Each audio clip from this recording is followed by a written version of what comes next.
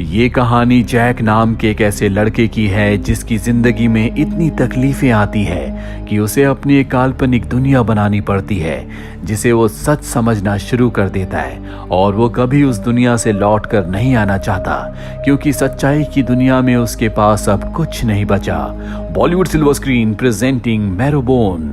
साल 1968 हमें एक परिवार को दिखाया जाता है जिसमें रोज और उसके 4 बच्चे जैक, जेन, बिली और सैम है। रोज अपने चारों बच्चों को इंग्लैंड से यूएसए ले आई है क्योंकि यहाँ पर उसका चाइल्डहुड होम है जिस होम का नाम मैरोबोन रेजिडेंस है। दरअसल इस होम का नाम उसके मिडिल नेम पर है और अब वो अपने चारों बच्चों से कहती है कि आज के बाद हम यही सरनेम यूज करेंगे।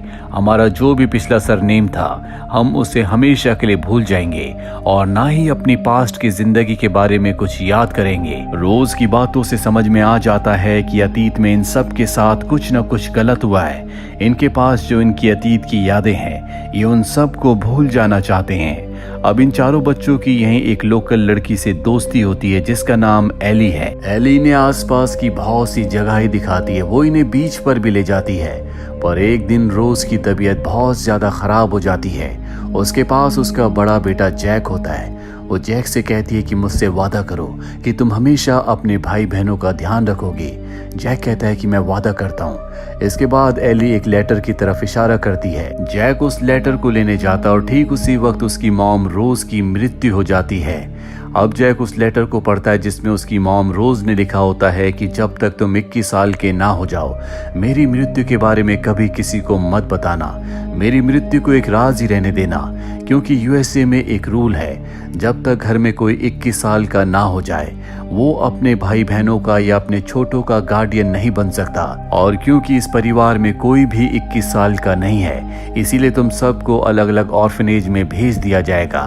दरअसल रोज ऐसा नहीं चाहती थी और अब जब इन चारों को ये बात पता चल चुकी है तो ये एक दूसरे से वादा करते हैं कि ये अपनी मॉम की मृत्यु के बारे में तब तक किसी को कुछ नहीं बताएंगे जब तक जैक 21 साल का नहीं हो जाता। इसके बाद ये अपनी प्रॉपर्टी में अपनी मॉम को दफना देते हैं। कुछ दिन बीत जाते हैं और एक दिन जैक की बहन अपने कमरे में फ्लावर पॉट के अंदर फ्लावर्स लगा रही होती है। तभी उसके कमरे में कोई गोली चलाता है जो शीशा तोड़कर अंदर आ गई होती है। वो बाहर देखती है जहां पर एक आदमी गन लेकर इन्हीं की प्रॉपर्टी इन्हीं के घर की तरफ आ रहा होता है और अब वो अपने भाई जैक को आवाज लगाती है।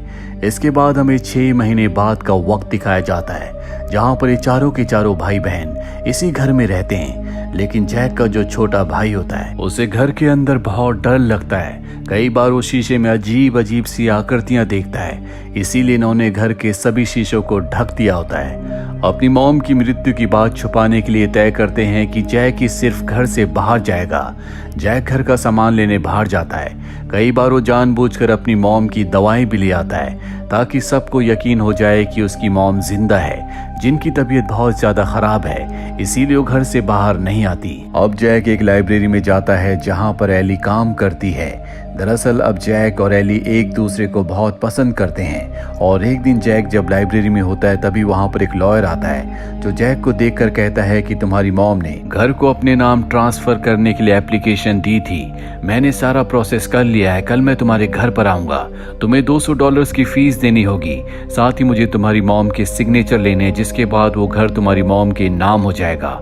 ये सारी बातें सुनने के बाद जैक डर जाता है। दरअसल वो नहीं चाहता कि उसकी मॉम की मृत्यु का राज खुले, इसीलिए वो लॉयर से कहता है कि मैं अपनी मॉम की सिग्नेचर खुद करवा कर ले आऊंगा। उनकी तबीयत बहुत खराब है, वो किसी से नहीं मिल सकती। लेकिन लॉयर कहता है कि मैं घर आकर ही उनके सिग्नेचर लूंगा। ये बात सुनकर जैक परेशान हो जाता है। वो जल्दी से अपने घर आता है जहां पर वो अपने भाई बहनों को सब कुछ बताता है। इनकी सबसे बड़ी परेशानी ये होती है कि इनके पास $200 नहीं है। तभी जैक को उस बॉक्स के बारे में याद आता है जो मरने से पहले उसकी मॉम ने उसे दिया था और कहा था कि इसके अंदर पैसे हैं, पर इन पैसों को कभी इस्तेमाल मत करना क्योंकि ये श्रापित है। और अब जैक और उसके भाई बहनों के पास उस पैसे को इस्तेमाल करने के अलावा कोई दूसरा रास्ता नहीं है। इसीलिए जैक का छोटा भाई बिली उस बॉक्स को लाता है। ये उस बॉक्स को खोल कर देखते हैं जिसमें पैसे होते हैं। अब इनके पास $200 है, पर इन्हें अपनी मॉम के सिग्नेचर भी करने होंगे। इसीलिए जैक की बहन उन सिग्नेचर्स को कॉपी करना शुरू कर देती है जो कि उसकी मॉम के हैं। अगली सुबह लॉयर इनके घर पर आ जाता है, जहां जैक ने जानबूझकर बाहर ही उसका बैठने का इंतजाम किया होता है। वो लॉयर को बाहर बिठाता है। जैक उसे $200 देता है, जिसके बाद कहता है कि मैं अपनी मॉम के सिग्नेचर करवा कर लाता हूँ। वो बाहर नहीं आ सकती क्योंकि उनकी तबीयत खराब है, और वो डॉक्यूमेंट्स लेकर अंदर चला जाता है, जहां जैक की सिस्टर हूबहू अपनी मॉम के सिग्नेचर्स को कॉपी करके डॉक्यूमेंट्स पर कर देती है। लेकिन अब लॉयर भी अंदर आ चुका है। वो देखता है कि घर के सारे शीशे ढके हुए हैं। उसे बहुत अजीब लगता है, जिसके बाद जैक उसे डॉक्यूमेंट्स देता है, और जब लॉयर सिग्नेचर चेक करता है तो वो सिग्नेचर हूबहू उसकी मॉम के सिग्नेचर की तरह होते हैं। लॉयर यहाँ से चला जाता है, पर अब उसे कुछ न कुछ शक है। इसीलिए वो एली से मिलने जाता है, क्योंकि उसे पता है कि जैक और एली एक दूसरे को पसंद करते हैं। वो एली से पूछता है कि तुम जैक और उसके परिवार को कब से जानती हो। वो बताती है कि पिछले कुछ महीनों से। वो जैक के पिता के बारे में भी पूछता है, लेकिन एली कहती है कि मैं उसके पिता के बारे में बहुत कुछ नहीं जानती, मुझे बस इतना ही पता है कि वो एक क्रूअल इंसान थे, जिस वजह से वो अपने पिता को उनके घर को छोड़कर हमेशा के लिए इंग्लैंड से यूएसए आ गए। वही हमें घर पर जैक के छोटे भाई को दिखाया जाता है, जिसे घर में कुछ न कुछ साया दिख रहा होता है। वो बहुत ज्यादा डर जाता है। जैक अपने छोटे भाई को विंडो पर ले जाता है, जहां से उसे दूर पहाड़ी पर एली का घर दिखता है। वो एली को एक लाइट जलाकर सिग्नल देता है, और उस सिग्नल को एली वहां पर देख लेती है। वो भी टॉर्च जलाकर जैक को सिग्नल देती है। अब अगले दिन एली और जैक मिलते हैं, जहां पर एली जैक से उसके पिता के बारे में पूछती है। जैक कहता है कि वो एक शैतान थे, उन्होंने हमें बहुत परेशान किया, लेकिन अब वो हमें परेशान नहीं कर सकते, क्योंकि हमेशा के लिए हम उन्हें छोड़कर यहाँ पर आ चुके हैं। ये बताते बताते जैक बहुत परेशान हो जाता है। एली उसे संभालती है। दूर से लॉयर सब कुछ देख रहा होता है, जो खुद भी एली को पसंद करता है, लेकिन उसे पता है कि जैक और एली एक दूसरे को पसंद करते हैं, इसीलिए वो जैक से नफरत करता है। अब जैक अपने घर पर आ जाता है, जहां पर उसका छोटा भाई उससे पूछता है कि तुम कहाँ गए थे। वो कहता है कि मैं बाहर गया था। उसका भाई कहता है कि मुझे पता है कि तुम बार बार एली से मिलते हो, तुम उसे बहुत सारी बातें बताते हो। इन दोनों के बीच में आर्ग्यूमेंट्स होना शुरू हो जाते हैं। वहीं जैक का सबसे छोटा भाई, जो कि अपनी मॉम के कमरे में होता है, वो चेयर से गिर जाता है। मिरर का शीशा हट जाता है, और तभी मिरर में उसे एक साया दिखता है, जिससे वो बहुत ज्यादा डर जाता है। दूसरी तरफ हमें जैक को दिखाया जाता है, जो बेहोश हो गया था, और अब जब उसे होश आता है तो वो अपने भाई बहन के पास जाता है, जो दोनों बहुत परेशान होते हैं। जैक उनसे पूछता है कि क्या हुआ। वो बताते हैं कि हमारे छोटे भाई ने एक बार फिर से मिरर में किसी का साया देखा। मुझे लगता है कि ये हमारे पिता हैं, जो हम सबको मारना चाहते हैं। जैक कहता है कि ऐसा नहीं हो सकता, वो खुद मर चुके हैं, और मरा हुआ इंसान कभी किसी को नहीं मार सकता। उसकी बहन कहती है लेकिन उसकी आत्मा तो मार सकती है। मुझे लगता है कि ये हमारे पिता का घोस्ट है, जो हमारे घर पर है, और अगर हमें इन सब चीजों से छुटकारा चाहिए तो हमें पूरे रिचुअल के साथ उनकी बॉडी को दफनाना होगा। पर जैक साफ साफ मना कर देता है। वो कहता है कि उन्होंने हमें बहुत परेशान किया था, मैं उनकी बॉडी से उनसे कोई मतलब नहीं रखना चाहता। वहीं एली को दिखाया जाता है, जिसके पास लॉयर आता है। वो कहता है कि मुझे एक बहुत बड़ी जॉब का ऑफर मिला है, मैं हमेशा के लिए यहाँ से जा रहा हूँ, मैं चाहता हूँ कि तुम भी मेरे साथ चलो, हम दोनों शादी कर लेंगे।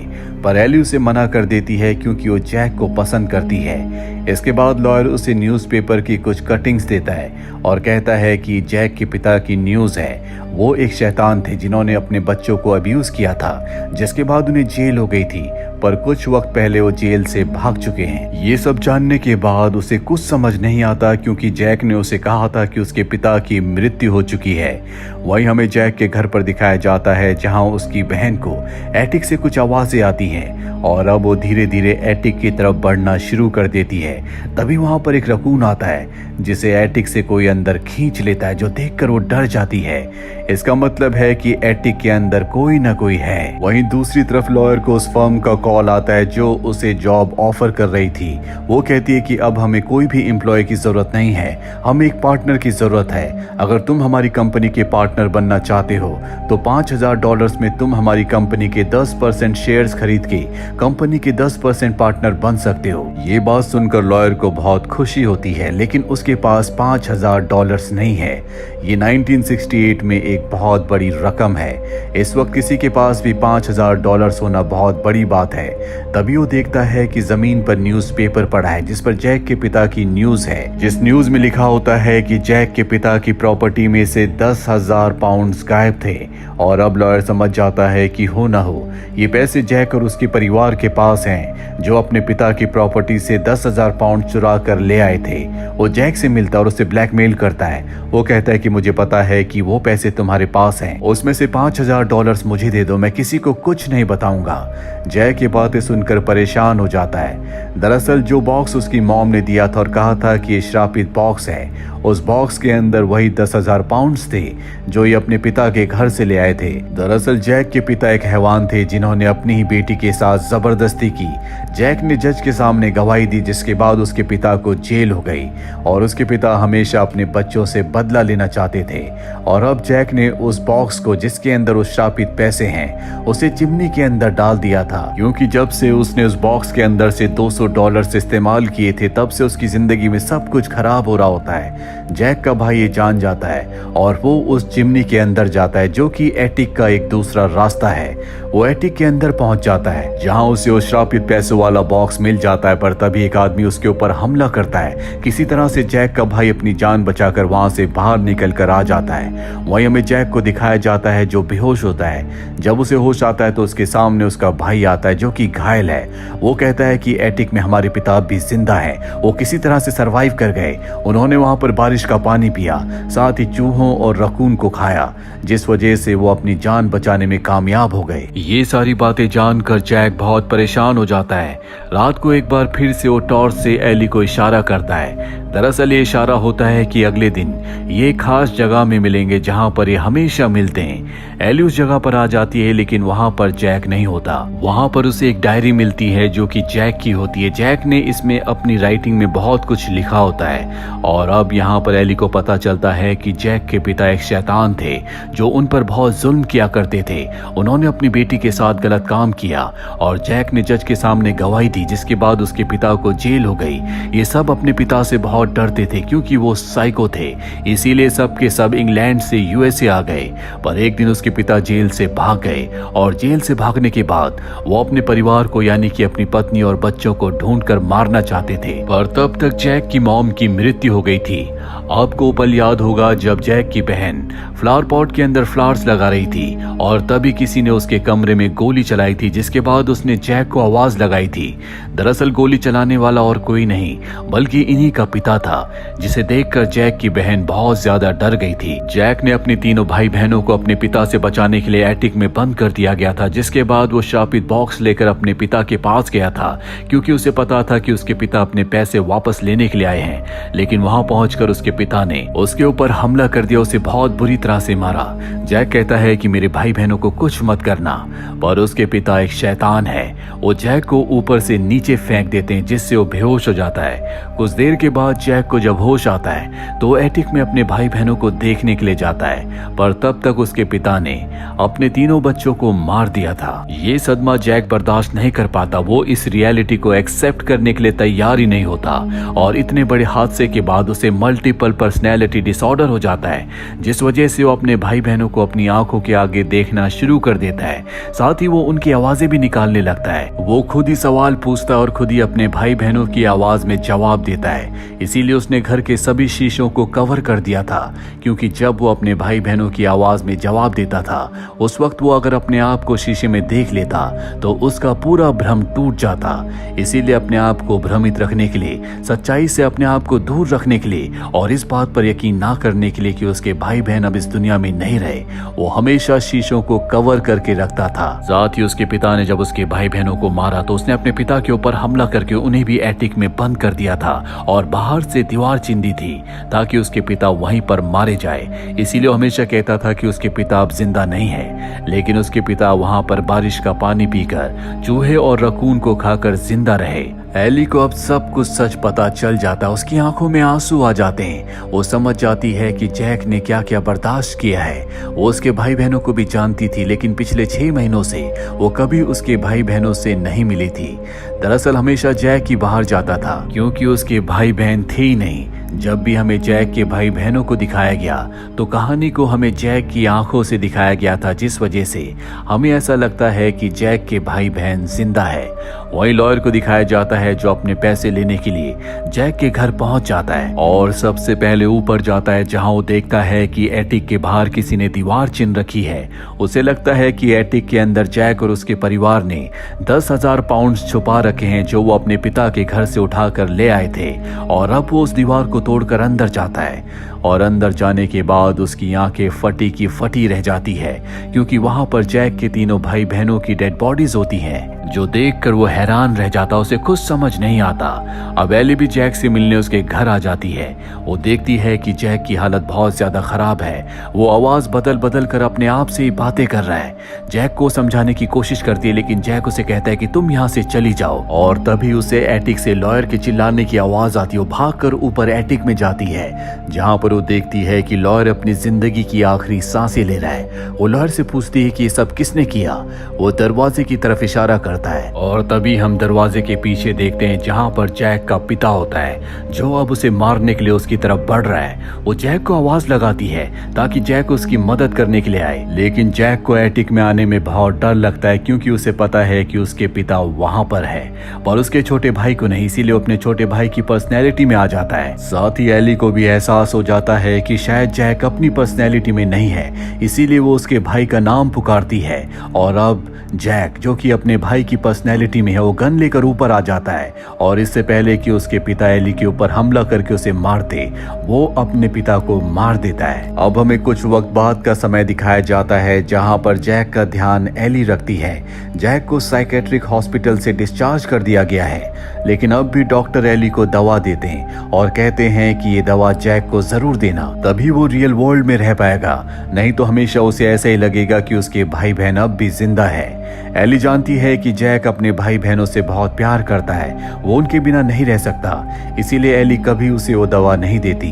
वो उसका बहुत अच्छे से ध्यान रखती है और जैक भी अपने भाई बहनों को दूर फील्ड में खेलता हुआ देखता रहता है, क्योंकि अब भी उसे ऐसा लगता है कि उसके भाई बहन जिंदा है, जिससे उसके दिल और दिमाग में सेटिस्फेक्शन रहता है। एली हमेशा उसी के साथ रहती है और उसने तय कर लिया है कि वो जिंदगी भर जैक के साथ रहेगी। और इसी के साथ ही फिल्म ये कहानी यहीं पर खत्म हो जाती है।